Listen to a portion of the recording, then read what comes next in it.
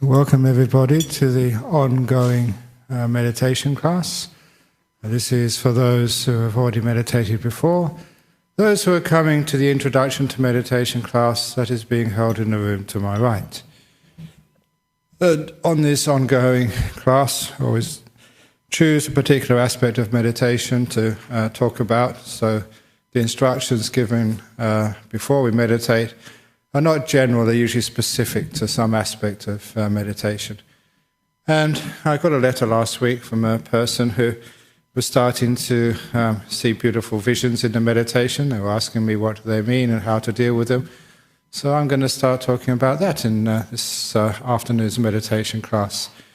Because it does happen that a person gets into a peaceful state of mind, and they follow the instructions of being in the present moment, just getting a bit of silence, being able to see the breath, to observe the feeling of the breath as it goes in and goes out. And soon, if they follow the instructions, the breath becomes very peaceful, very soft, and then usually that the body tends to disappear, and you can start to see things in the mind, like mental images rather than physical images. Basically, the body is calmed down, becomes still, is no longer grabbing the attention of the mind, so the mind is free to actually investigate its own world, the mental world. And of course, because there are not so many physical distractions, that mental world can become very clear. And sometimes that people do just have beautiful visions. And this particular person who wrote, one of the things which I notice when they describe these visions is the quality of their mind when they're having these experiences. If you feel peaceful, if it's joyful, if it's blissful, that is more important to me as a teacher than what you actually see. It's the effective quality of those visions which are important. In other words, it doesn't matter whether you're seeing sort of seascapes or mountains or rivers or whatever, it's just how you react to it in your mind. And if there's peace, if there's joy, if there's bliss, well done. Carry on. And I say carry on because a lot of times when interesting things happen in one's meditation, you always want to know, is this safe? Am I doing the right thing? And, what should I do? Should I do anything? What's going to happen next? Because you want to find out where you are and what's happening in these experiences, which are quite unique.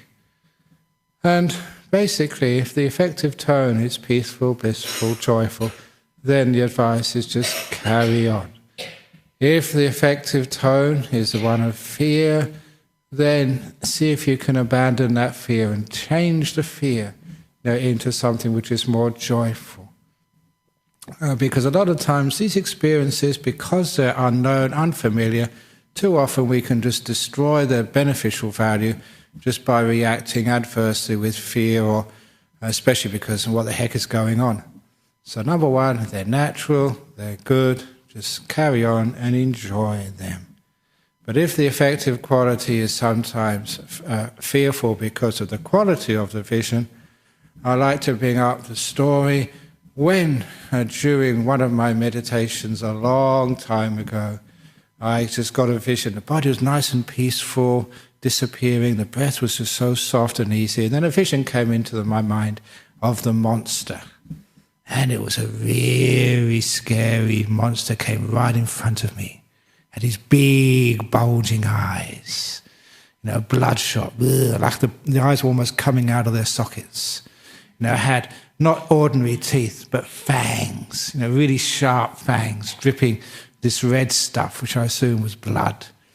And it had really spiky hair like a punk, and a necklace of skulls, and the whole thing looked just very, very scary. And don't worry about this. But I was wise enough about these visions to know that the most important thing is the effective quality. The actual details, you can mess around with them, you can create them. So straight away what I did, because I knew that I had power over the object rather than the object having power over me, I did what I used to do as a school kid. We called it doodling. You take a picture and actually over its eyes you put these sunglasses, like this pair of Ray-Bans. So over its bulging eyes, it looked like Elvis Presley sunglasses or Michael Jackson sunglasses on top of it. And over its fangs, I blacked a few fangs out like it needed to go to see a dentist. And I put a straw hat over its spiky hair. And just by choice, I turned the sides of its mouth upwards so it was smiling. And it looked the most ridiculous monster you could ever imagine. Imagine a monster with Ray-Bans, a straw hat, and smiling with a few teeth missing. And because of that, the fearful aspect of that vision totally changed to humor.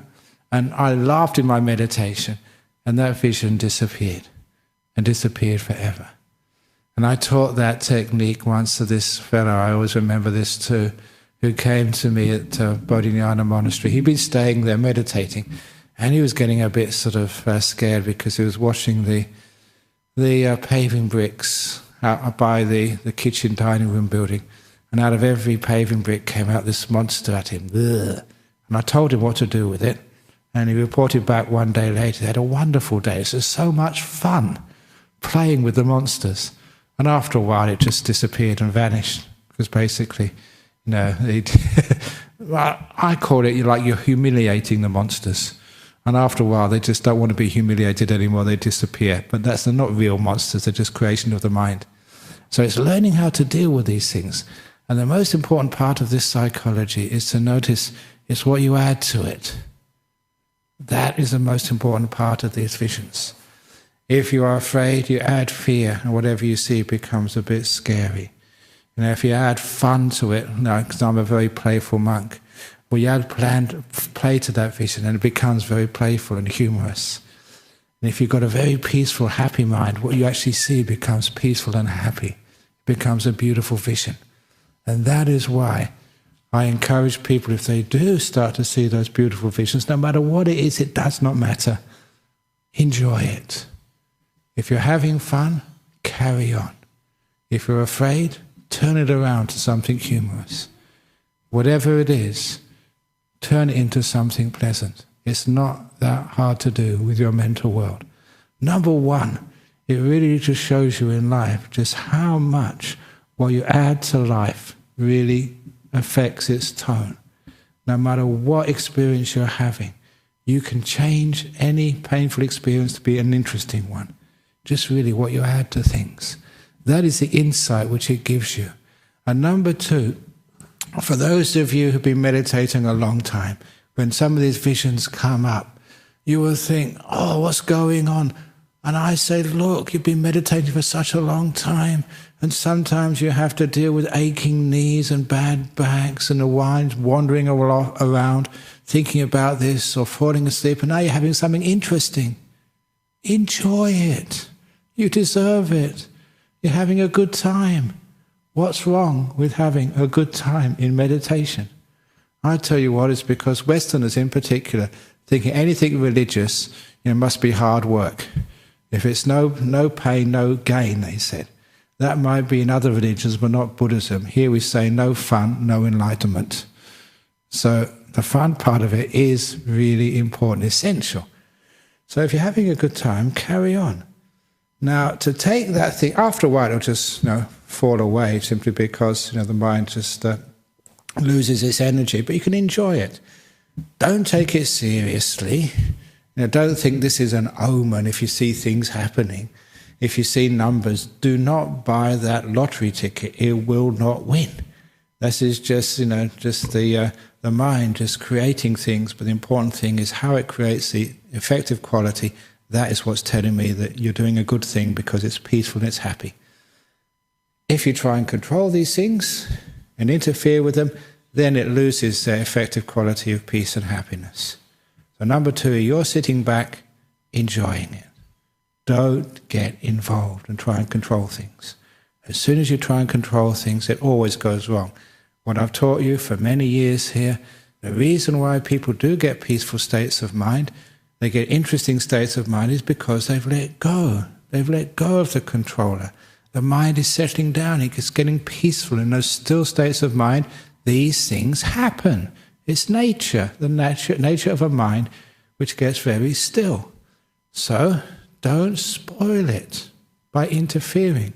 Your job is to stand back, be confident that because of what I've said, what other teachers would say is perfectly safe.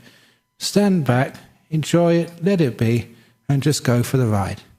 Unfortunately, it doesn't usually last that long, but if it's lasting long for you, great, have fun. If you want to take it deeper, what you need to do, and the trick is, you look at one part of that image in your mind. It is a tiny bit of control, I must admit, but it's not trying to control the details, it's like focusing. An example of that is, I can't actually avoid own experiences. Seeing like a beautiful landscape, which is very delightful when you get to these stages of meditation, because the delight is coming from within, it's what you add to the picture. And seeing a delightful landscape, and then just focusing on one of the trees, a leaf on the tree, a little dewdrop, just because there's always something which sparkles. You go for the most beautiful part of that vision. Focus on one single detail. And for me that time was just a little dewdrop sparkling on the edge of one leaf on this vision. And of course, once you focus on something that bright, that does turn into those real samadhi nimittas I talk about in the deep meditations. A little sparkle, and then that light just becomes all you see in your mind. The point being, you're getting into nice deep meditation, you're seeing vision, your mind is powerful, you let go of your body, but the mind is still a bit too complicated. That's why instead of seeing a single thing, you're seeing this complicated image of houses or people or rocks and streams and trees and stuff like that. It's good, but it's complicated. So to simplify, focus on one aspect of that. And if you focus on one aspect, the most beautiful leaf, the most beautiful blade of grass, the most beautiful part of that blade of grass, then that simplification, that focusing, soon gets you into this beautiful simple nimittas, one single light in the mind. And from that you get far more power, and from that you can go into the deep meditations called the jhanas. It's getting the nimitta. So to sum up, if you do get into some nice peaceful states of mind and you get these visions coming up, just notice, is it pleasant, is it unpleasant, is it fearful, what is the effective quality? That is most important. If it's a peaceful, beautiful vision, just enjoy it. If you really want to take it further after you've enjoyed it for long enough, focus on the most beautiful part of that, just like something which is sparkling somewhere, and that will be the big nimitta which comes up and will take you into the deeper states of meditation, which is more happiness and more peace. If it's a fearful one, just play around with it. You can find you can do that pretty simply, but change the effective tone, play with it. And that way it will never be a vision or an image which causes you any problems. It's part of the territory of meditation. And it's an enjoyable part, one you can look forward to and have a good time with. Okay, so that's that part of the meditation. Is there any questions from people here before we carry on? Okay, so I'm sure there'll be questions from the internet later on, but now we can actually do some meditation. Who knows? You may see something interesting this afternoon. Hopefully it'll be good fun, wouldn't it? Instead of this boring old mind, seeing something really beautiful. Anyway, let's give it a try. So get yourself comfortable again, if you're not already comfortable.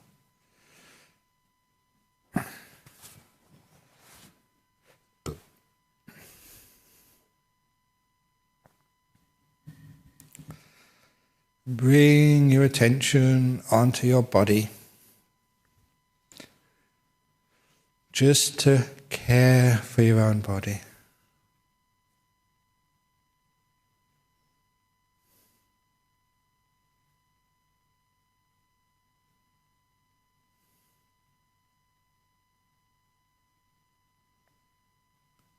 It takes at least a minute or two to develop awareness on the body. Just like that simile of walking out from a lit room into the darkness. It takes a while before your eye can adjust to the more subtle light takes a while for the brain to be able to feel the more subtle feelings in the body.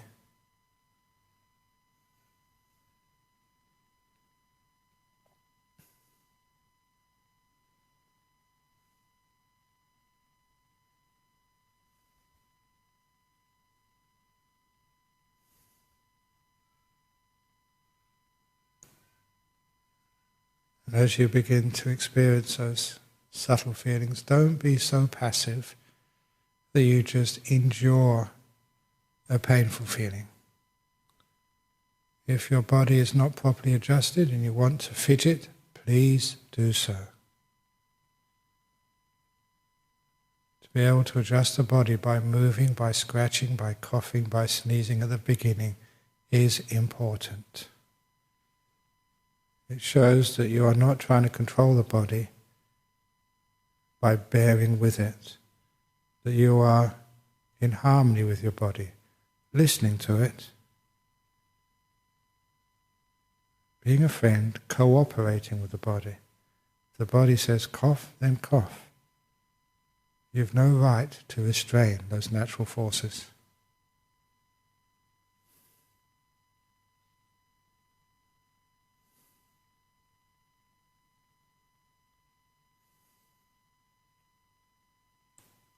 You're developing the attitude of a partnership with the body, a partnership of equals. Do not think of yourself as the master or mistress of your body.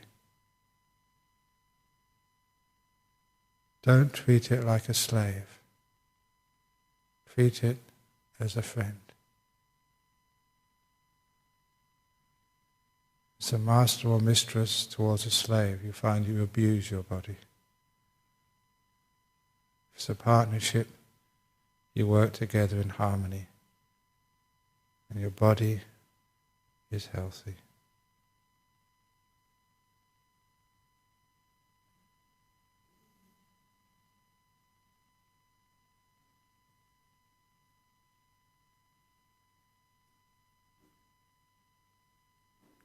And if there's feelings in the body deep inside, aches or pains, which you cannot deal with by scratching or moving,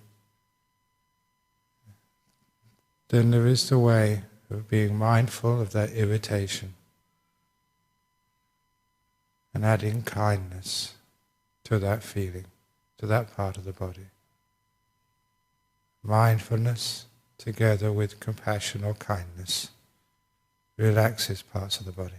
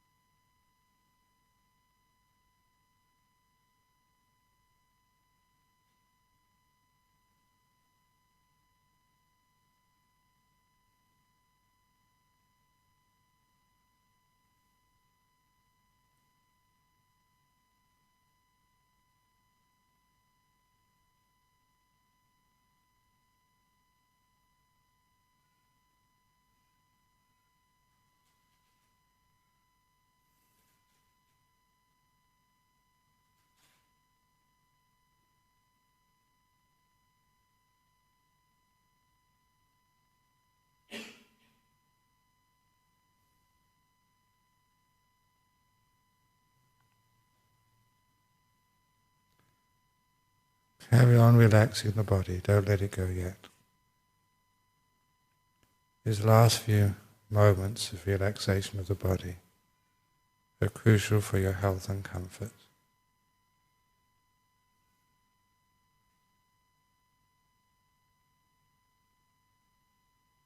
And when the body is well relaxed,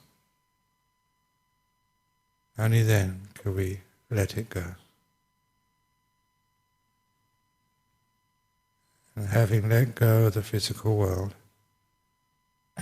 we now deal with the mental world.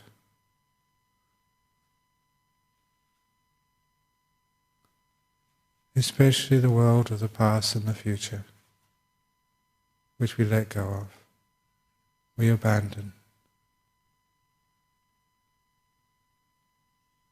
Wherever you've come from, whatever's happened to you, it doesn't belong to you. It belongs to this other person from whom you've evolved.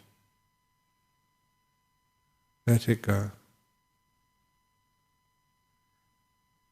If you want peace, you have to free the brain from the past so you can attend with 100% capacity to the present. And as for the future, now is where your future is being made. This is the place, the only place you can do anything for your future.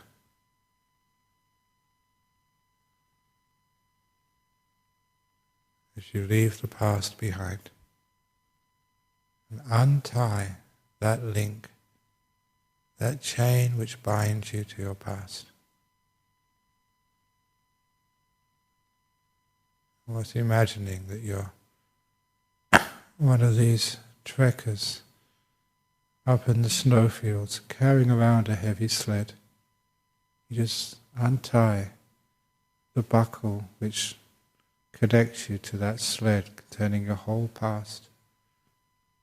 So you're free from that great burden, the weight of your history. In meditation you can soar free from all of your past, not defined, not imprisoned, not hindered by where you've come from. Not looking forward to the future, knowing that the best you can possibly do for the future is by caring for this moment. As you deal with the mental world by coming right into this moment and letting go of the two biggest burdens which hinder success in meditation. The interest in the past and the anxiety about the future. Let both of them go. And what you're left with, care about. Care for this moment. It's a great friend. It will bring you peace and insight and joy. Care for this moment, and it will stay with you.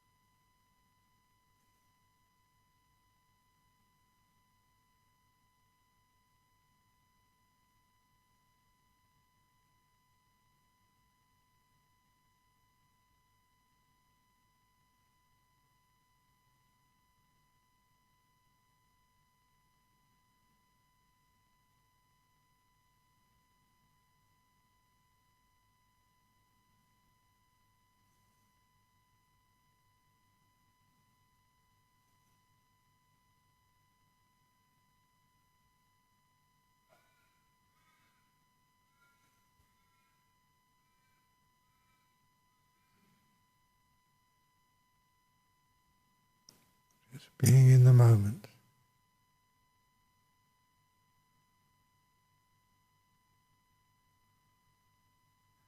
Being content to be here. Letting all the problems you have to solve in the future, leave them till later. You deserve peace, you deserve a rest.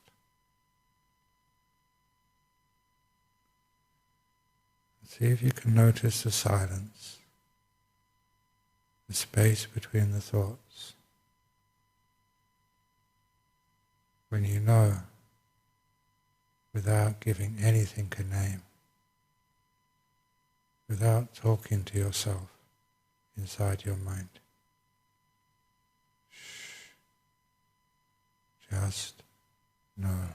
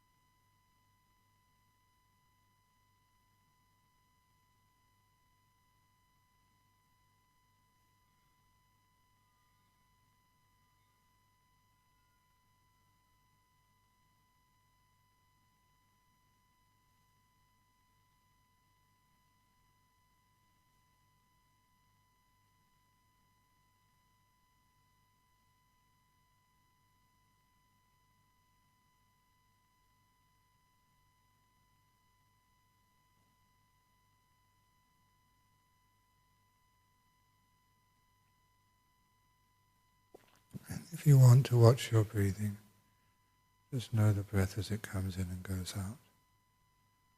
Watching the breath as a friend.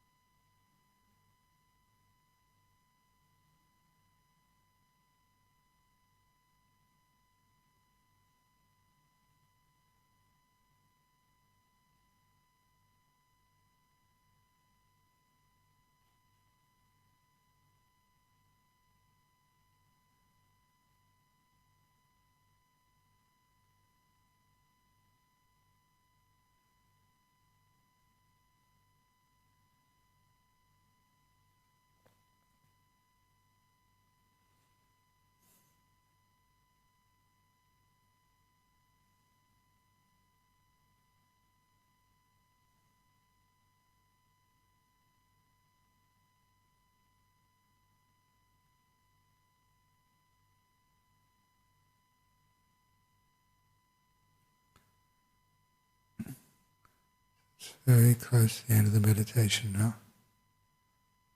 How do you feel?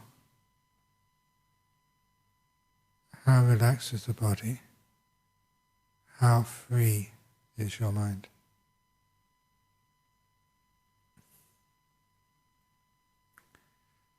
This is where we can experience, through just sheer knowing, the effect of our meditation. It gives us feedback, so we can gain the insight of knowing what works and what doesn't in our path of meditation. It also gives us the insight into the experience that is called peace of mind. No longer theory, but direct experience. That is where insight comes from.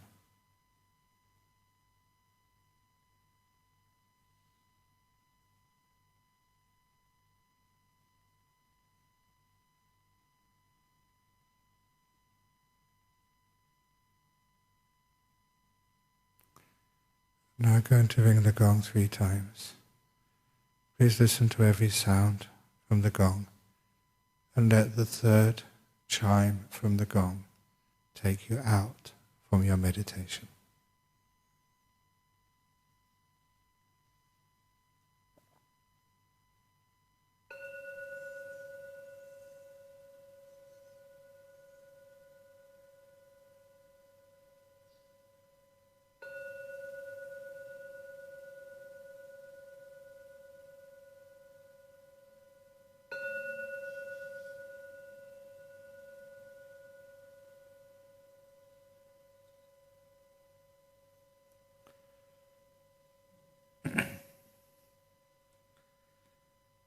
Very good.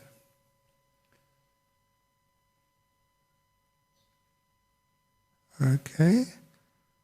So, if you'd like to get out of your meditation, if you'd like to move or scratch or cough, get yourselves comfortable again. As you know that these Saturday afternoon meditation sessions are streamed live over the world. And we've got 3 questions here. Firstly, from our old friend, Venerable Maitre Hari in Sri Lanka, on behalf of one of the members of the group who listen to this session every Saturday afternoon in Colombo, Sri Lanka. During my meditation practice, I have felt tremors for some time. When they last long, my mind starts to wander, and sometimes I feel other strangely bodily sensations too. Is it normal? It's the tremors of the body usually are the case of just energy balances in the body, as I think I mentioned last week. So usually it's something which you can accept as part of the meditation, the territory of meditation, something which happens, the body moves backwards and forwards without you telling it to.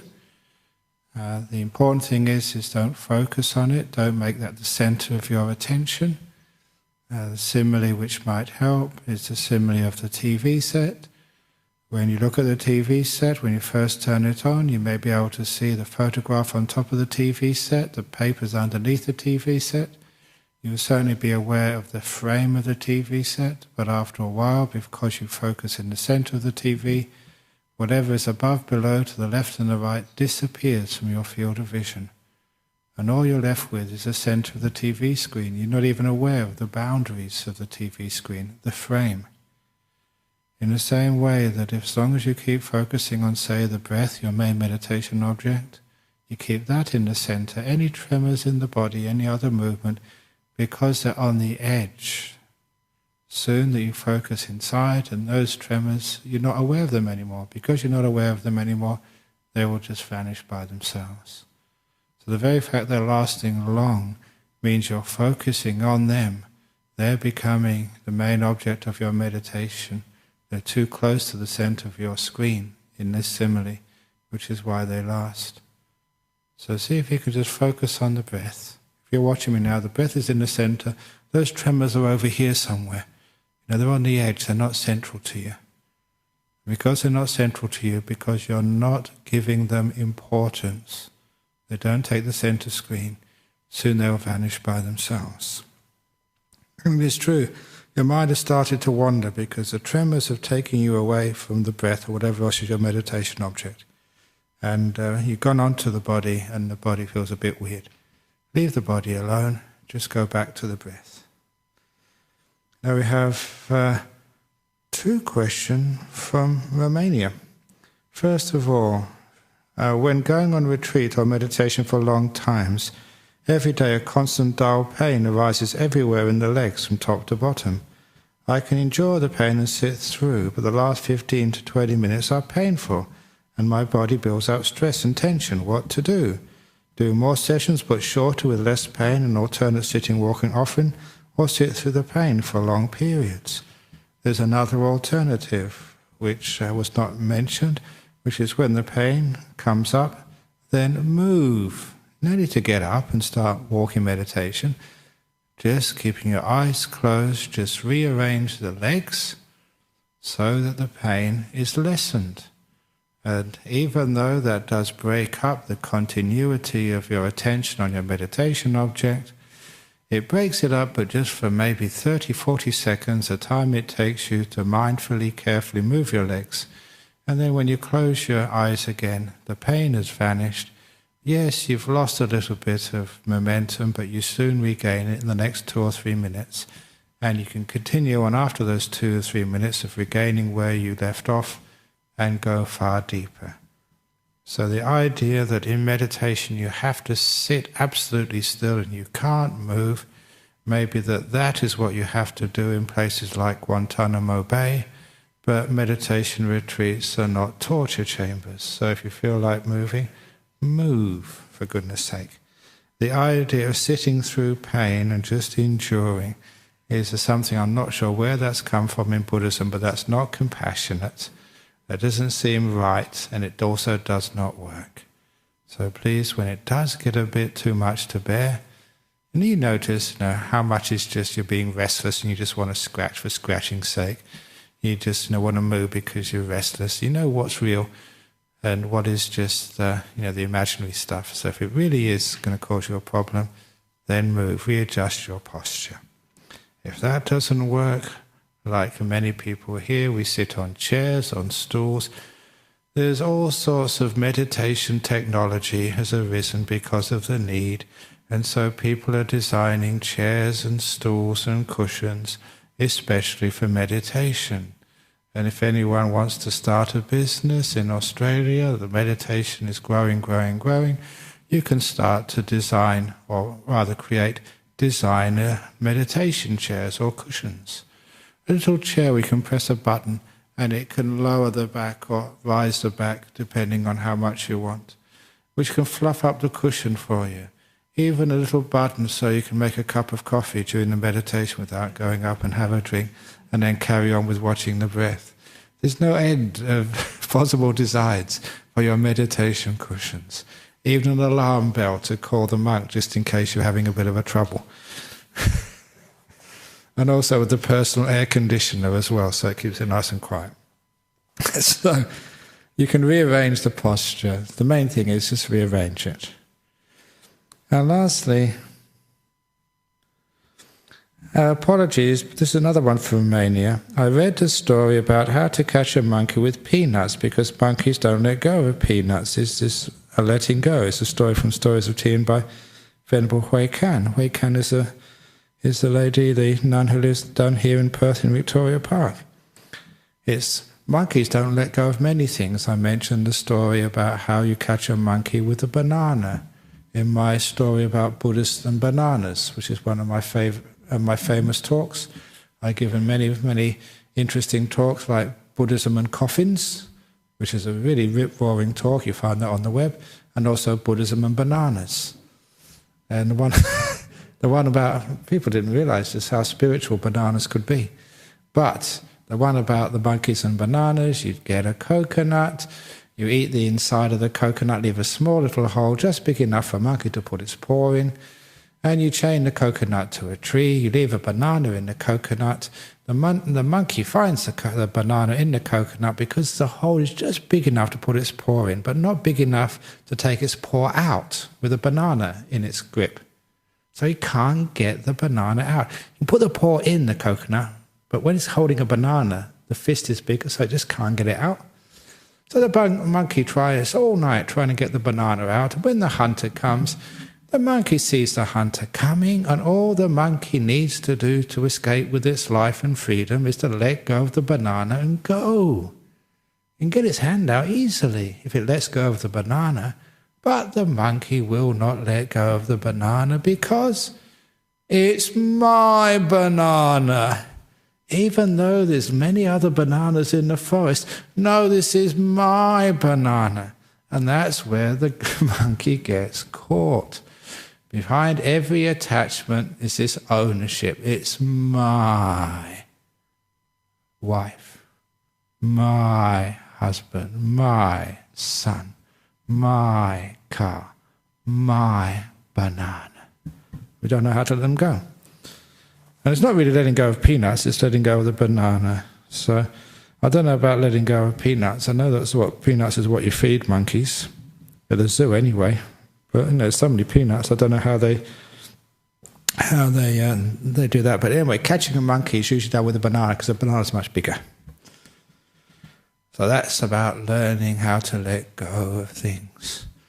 You know that, because I go traveling a lot and try to spend a lot of time in aircraft, they always say the emergency video of what to do if there is a crash or something. And they always say, if there's a crash, do not take your personal belongings with you. But no one can do that. They're just going to take just one little bag as they jump out the aircraft. And that's what kills everybody. It's amazing that even in just situations where you have to run out of the burning house, you always want to take something with you, which is why you die.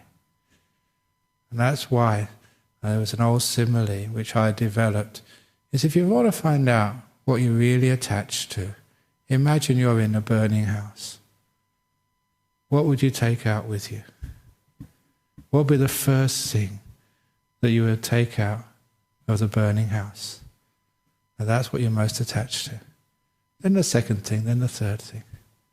That's how you find out what you're really attached to. And you can understand just how those attachments cause you death or a lot of suffering. So that's not just how to catch a monkey. It's how to catch the little monkeys sitting in front of me and everywhere else. So that's how we catch monkeys. And it's amazing that here in meditation, all we need to do is to let go of the past, let go of the future, let go of all of our things we have to do, the problems we have to sort out in our life. Did you manage to let go of all of that stuff and enjoy some nice meditation and be with the breath? Or were you thinking of the job you have to do later on this afternoon? Were you thinking of the trip you're going on soon? Were you thinking of what happened this morning? Were you a monkey who would not let go of your bananas? Or were you a meditator who can become free? Why can't we let go of those bananas? Because it's my past. It's my problems. It's my future. That's why we can't let go of things. To our monks at the monastery on Wednesday night, I just developed the simile which I've given here of being a visitor, not an owner. If ever you, when you go back to your house this afternoon, if you think that's my house, you'll be very concerned about cleaning it and looking after it and making sure it's all spotless. But if you go into somebody else's house, do you really worry about cleaning their dishes? Do you go in somebody else's house and say, oh, your carpet needs vacuuming, where's your vacuum cleaner, I'll do it? You never do that in somebody else's house because you're a visitor, not an owner. If you're an owner, there's business to be done. If you're a visitor, it's not my business. somebody else's business. So when you visit your mind in meditation, don't visit your mind as an owner. There's something to be developed. I've got to get peaceful. I've got to get enlightened. That means you're owning your meditation. And there's always business to be done. In meditation, if you think of the past and the future, you're owning the past and the future. That's why there's business. So when you meditate, meditate like a visitor. In other words, I've got no business to be done. If the dishes aren't clean, that's good enough. Let's leave them alone. It's not my house. I'm not going to mow the lawn for you when I go and visit you. It's none of my business. When it's none of my business, you let go of all the bananas and you're free. So it's a nice little attitude that learn to be a visitor, not always an owner, in your own house. So one day we visit your house, don't own it. Then you can leave it all alone. It's not my business. Somebody else will do the dishes later on. Someone else will do the owner's returning tomorrow. I'm returning tomorrow, but today I'm a visitor. So just let it go and have fun and be peaceful. That is the simile of the banana and the monkey. The monkey owns a banana. It's in problem. It gets caught. If it realizes it's just visiting, it's just so many other bananas in the forest, then it can be free. Simple. Any questions or comments? And thank you from, actually they've got the names here. Bhikkhu Metawihari in Sri Lanka on behalf of a group member, Veselin from Romania, and Voidness from Romania. A lot of followers in Romania. Ajahn. Yeah. Oh, we've got 2. 3. Okay, yeah, first one, yes. I just want to know if Sutta class is on tomorrow. The Sutta class is on tomorrow, and it's number 128 Oh, for the Majjhima Nikaya. sounds exciting.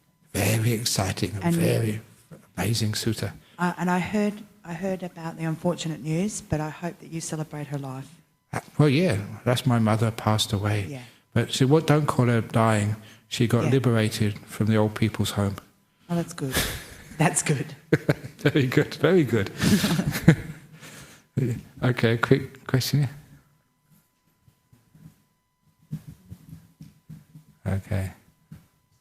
Okay, very good. So you get there first, by default. When I'm watching each breath, there's a very subtle feeling that I'm actually influencing it. Aha. Because I'm watching it. Yeah. And there comes sometimes it's so deep it goes away completely. But most of the time when I'm meditating, it feels like them. And I end up kind of using the judgment of have I influenced or not as like the point of meditation almost. Okay. I'm not sure. No, that's actually quite skillful, because you're really looking at the most important part of meditation, the way you react or relate to your meditation object. I've mentioned that before, that is actually where you might call the pointy edge of meditation happens. It's not so much what you're watching, what you're observing, but how you're watching it. Am I influencing it? Am I not influencing it? Which is why the way to overcome that is all these amazing little skillful means. One of the best is looking on your breath like a friend. You don't influence friends. You hang out with them. But if it's your slave or your maid or something, then you can tell them what to do. If it's your employee, you can influence them. You control them. You own them. So just letting the breath just be your equal, not your slave, not your inferior. I call that making friends with the breath. And then you find out, with the attitude, it's a very helpful way, for me anyway, not to influence my breath. I can let it go. And it's great you see that, because it's the trouble with meditation, with life. Whatever we observe, we interfere with. Even what we know, we tend to influence. So how can we really know the truth? We've bent it to suit us. Just in the bare act of observation, we've influenced the truth. If you really want to see the bare truth, you've got to just look at life without influencing it at all. So you see what it truly is. So well done. It's a good attitude. It's a principle in science too, isn't it? It's the exact same principle of Heisenberg's uncertainty principle, yes. Yeah. If you watch something, you influence it. Ajahn, just about those body tremors that person asked, I've been listening to a little bit of Ajahn lately, and she was saying that sometimes the body sensation recommends doing body scanning, but mixing it up. So sometimes doing body scanning, and sometimes doing absorption or concentration on the breath, that sort of thing. What is your view about the body scanning practice as a way of releasing pent-up tension or emotional tension within the body, particularly the approach that Goenka talks about with the body scanning up and down? Body scanning technique is brilliant. I've taught that many times myself. It does really relax the body. If you want to get into deep states of stillness, you have to let go of the body. So the body scanning is brilliant at the beginning of meditation. It does get rid of a lot of physical tensions, emotional tensions at the same time. If you want to get deeper, then you have to focus on something like the breath so that you can let go of the body totally. That's a nice thing when the body vanishes. One of the things that our chemist said is you can do the body scanning exactly what you said, that, and then you get to a point where the body dissolves in energy, or some part of the body dissolves in energy, and then you forget about the scanning, you focus on that energy, like you say, focus on the breath, and then you move from the breath to the beautiful breath and the energy of the beautiful breath. So it's kind of like, I think, the same thing. And then she says, begin to consolidate it. And I'm understanding that's almost like talking like you're talking about when you get energy, you consolidate it down to a point of a nimitta and bang into the jhana from that point. Am I on the correct wavelength? No, that works. That makes sense to me. Okay, thank you. Very good. Okay, so there we go. A nice session today. An extra 6 minutes, but I won't be charging the Buddhist Society of West Australia overtime today. That'll be free. So now we can pay respects to the Buddha, Dhamma and the Sangha. And again, there is a sutta class tomorrow afternoon at 3 p.m.